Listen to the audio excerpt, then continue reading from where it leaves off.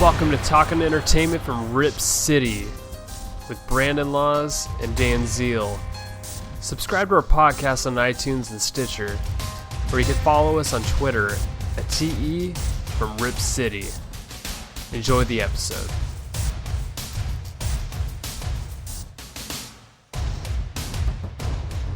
Welcome to Talkin' Entertainment. This is basically an apocalypse that we're having right now. Dan Zeal's in quarantine. The whole world's going to shit. Dan, what's up, buddy? Hey, I'm surviving. I'm on day, what is it? Probably 6 of being stuck at home. So Crazy times. Yeah, it's been fun. Like Nancy's working from home downstairs right now, so like even when I'm at home, like I got to do everything quiet. So like I've been playing like MLB The Show, like with no volume and try not to swear every time I strike out. It's crazy times because we've both seen like different perspectives of this. So like I've been working from home, in the industry I'm in. It's basically like, we're all with HR. We're like basically supporting employers on how like decisions on like, should we close down our office? What if we can't? All like, so we're answering like a lot of those questions. So I'm seeing it from that vantage point, trying to basically get employers to be proactive. And then you, on the other hand, you got sick, then tested, and you're just kind of seeing it front lines, like what it's like to be in an industry where demand is there. So you need to basically be working and need a huge staff. And, where people like me can just work from home. That's not possible for you.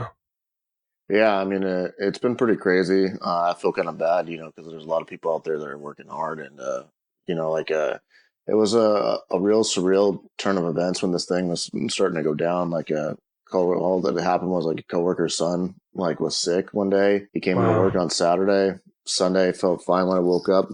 Started not feeling fine. Was supposed to work overtime on Monday. Didn't go in. Went in Wednesday. Was feeling better. And when I worked for like 2 hours, and like I was having a real hard time with my asthma. And like I haven't had any issues with my asthma in a while.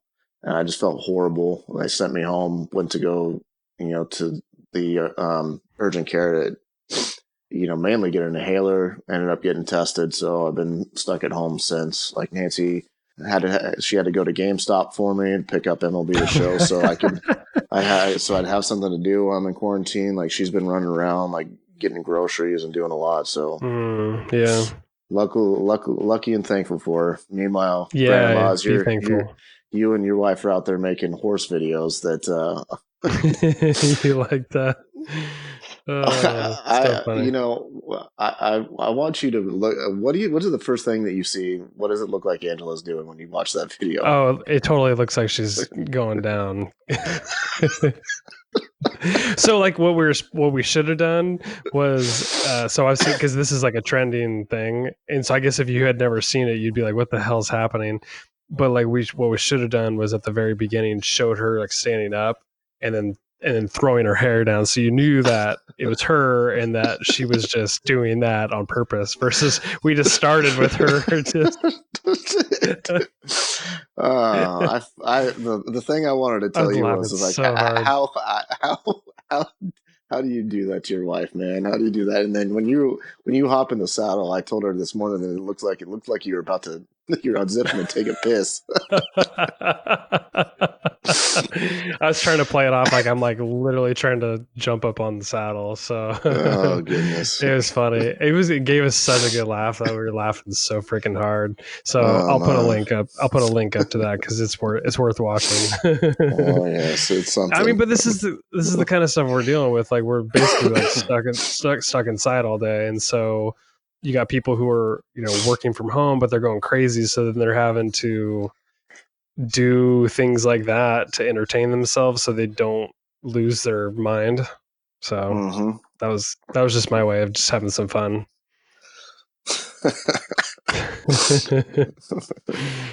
Well, at least you get bored about it. That's for sure. Yeah. What what have you seen besides your firsthand account of what's going on in your work? But what have you seen like locally and or even outside of the local community? How like what's your perspective on how things are going down? like it's kind of crazy how um like quickly everything escalated. Like you started seeing like all this stuff about stores running out of things, and like this is like last week. This is or the week before. So this is before about that week before I got sick. Like one day I went to the store after work to try to get some rice. Because we had ran out of rice, and I went to the Safeway over here in Kaiser, and it was empty everywhere. Like there was no like nothing on the shelves. It literally looked like a scene from like an apocalypse movie, and it was crazy. And I couldn't find any rice. There was nothing, no canned vegetables, and just the sheer panic is just was remarkable. Um, so it's just kind of like the first thing I thought of was like just how much it symbolized every movie like we'd ever seen, and like how just quickly everything escalated. You know what I mean? Yeah, do you notice how like on Netflix, I think Outbreak is trending and Contagion. I don't think it's on Netflix, but it's somewhere else, I believe, and it's trending also. And then there's some other pandemic type content that's related to. So like people are just all consumed. And I honestly, I've had so many conversations about this too at work. It's just I'm kind of done, but it's the reality right now, and it's historic. It's unfortunate. Yeah, I think the sad thing about it is that you also see how unprepared we were, and like I don't Yeah, know if you saw that video that went viral about Bill Gates talking about how like 5 years ago this was going to be the next big trend. It wasn't going to be a war, nuclear yeah. holocaust or anything. It was going to be something like that.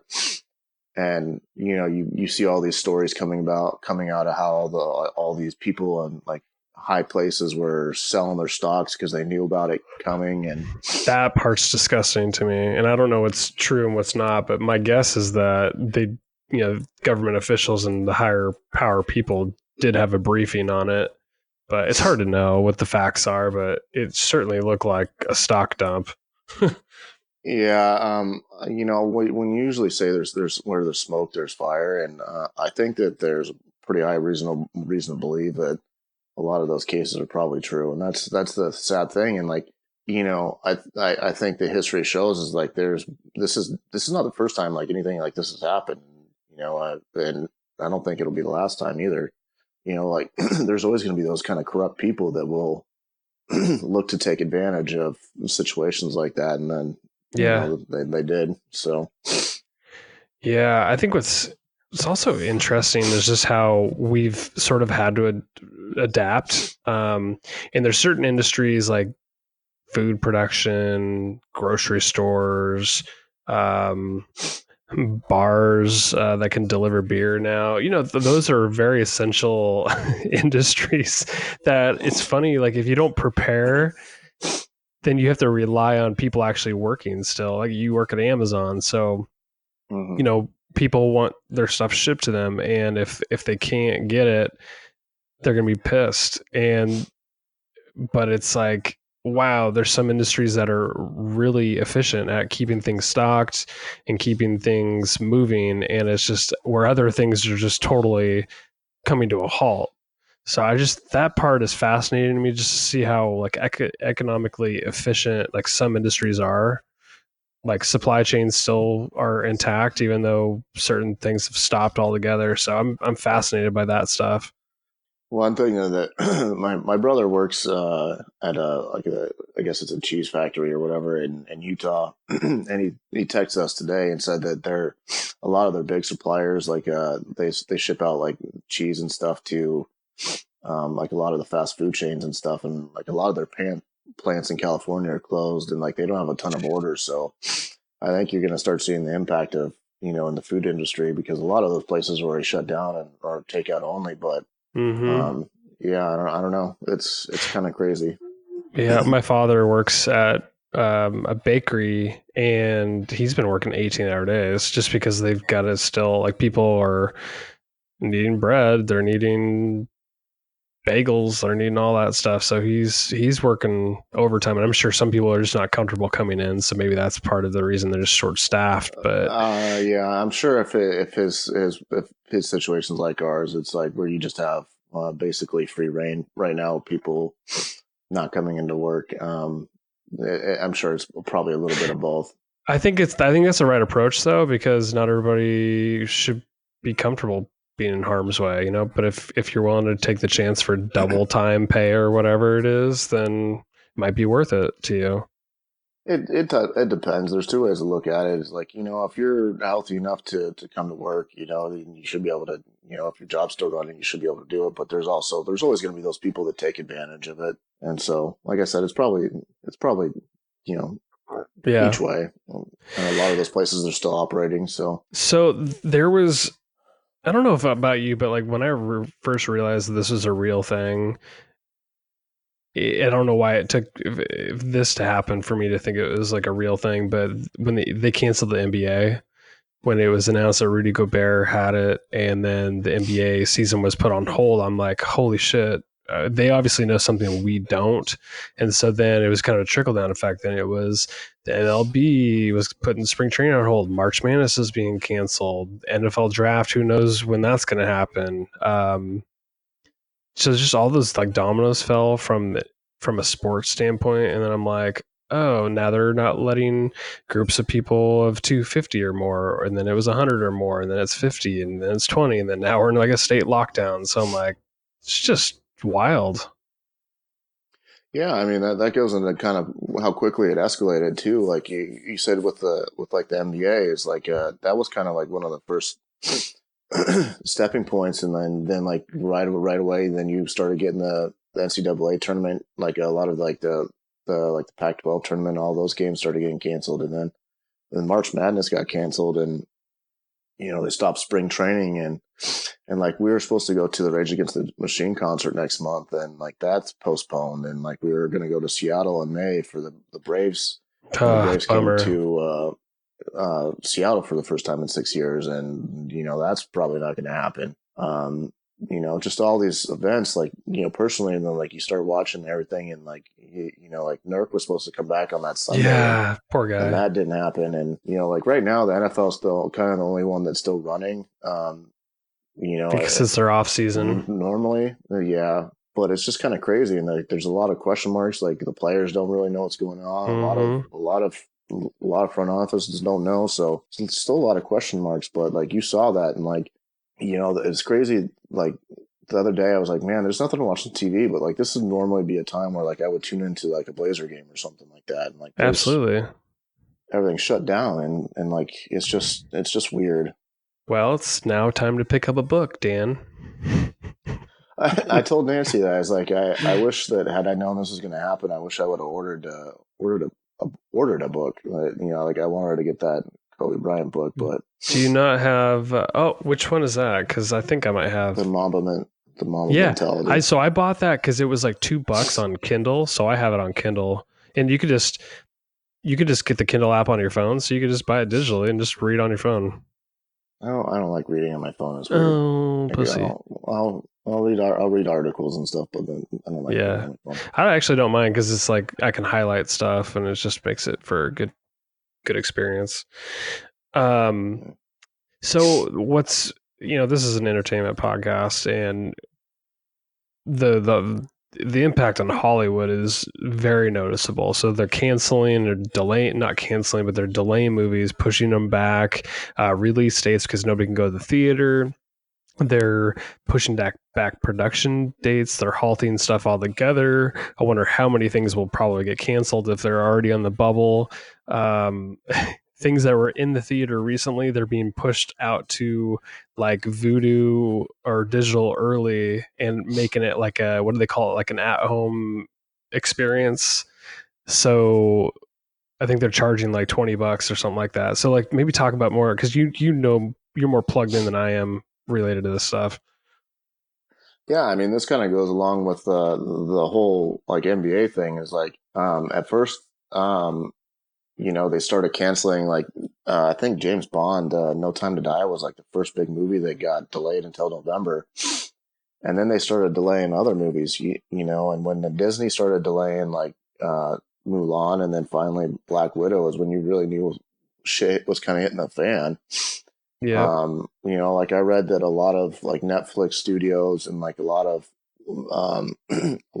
things that were in production, they stopped production because of a lot of these orders to reduce the amount of people. And like the Matrix that's filming right now, that was like one of the first big notable ones um, that they had to stop production on. So, I mean, the impact is pretty crazy, in the short term and the long term. Like, I think the only negative thing is that they postponed the Fast and the Furious 9 till next year. So we're gonna have to relive all that fucking marketing again for another goddamn fucking Oh, you're so right. year. That's right. They were pushing it pretty hard for a while. So, Yeah, I mean the kind of the crazy thing is like you mentioned, a lot of the studios are for a lot of these movies that were in theater or about to hit theater are pushing them out. Like Universal put The Hunt and Invisible Man to rent on like any video on demand for $20.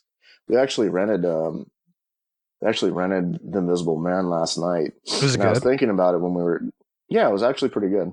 Nice. Like we'd thought about seeing it in theater, but like I get I almost wonder if this will change a trend, coming out of this, if studios will maybe start thinking about doing this more.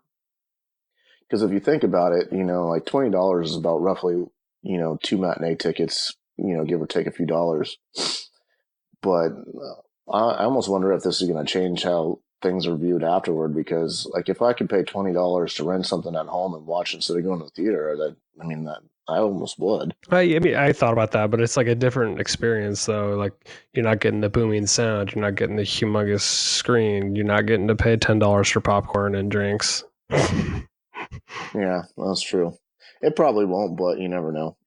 Um, and like uh, Pixar's last movie that didn't do so well, and that kind of came out the worst time possible. Like Onward. that's already going to be on Disney Plus next I month. know. Yeah, I was already looking at that. I'm like, this is great. I'm not even gonna have to rent this or buy this.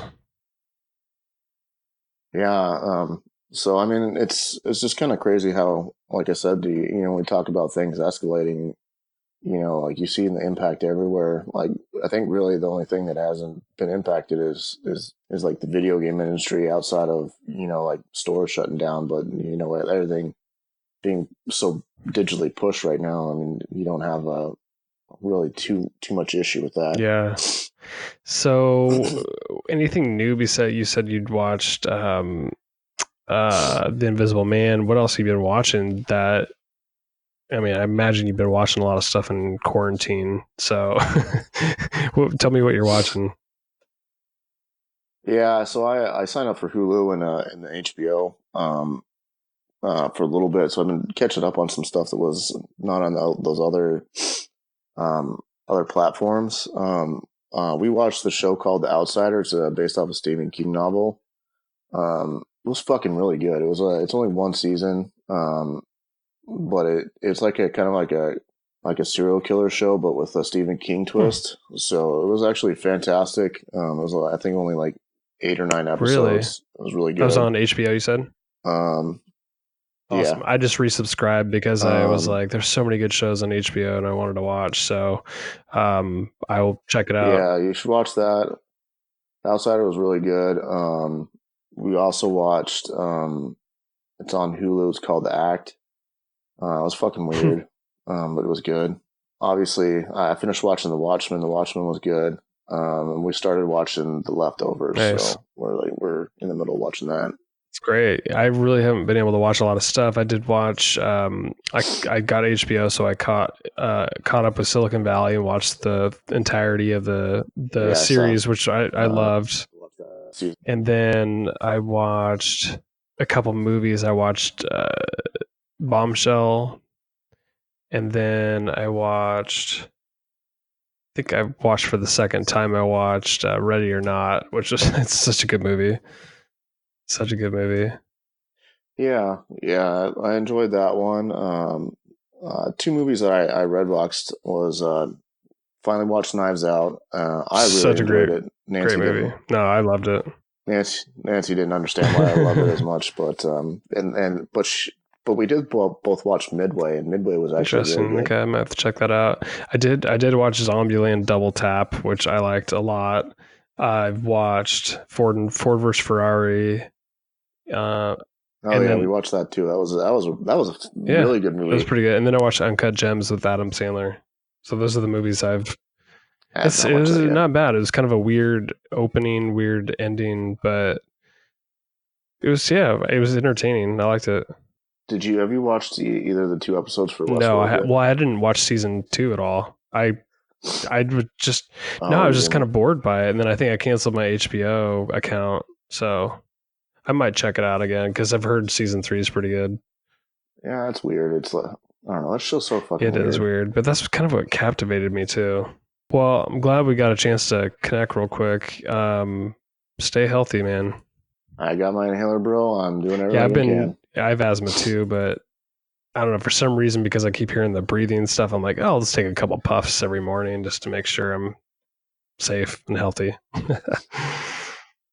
Yeah, I mean that was like the biggest thing that was like freaking me out. Is like I haven't had any issues with my asthma in a long time, but like normally when I get sick, I don't have too much of an issue. But this time I was All pretty right. bad. So Well, take care, buddy. Hope you don't get the corona. And we'll we'll talk soon. Thanks for tuning in, peeps.